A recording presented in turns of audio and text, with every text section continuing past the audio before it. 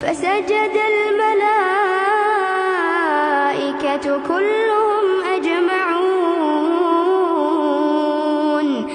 إلا إبليس أبى أن يكون مع الساجدين.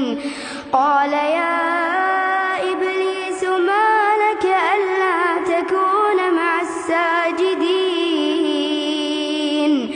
قال لم أكن لأسجد لبشر خلقته من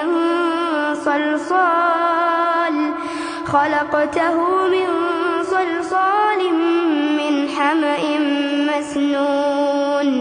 قال فاخرج منها فإنك رجيم وإن عليك اللعنة إلى يوم الدين. قال رب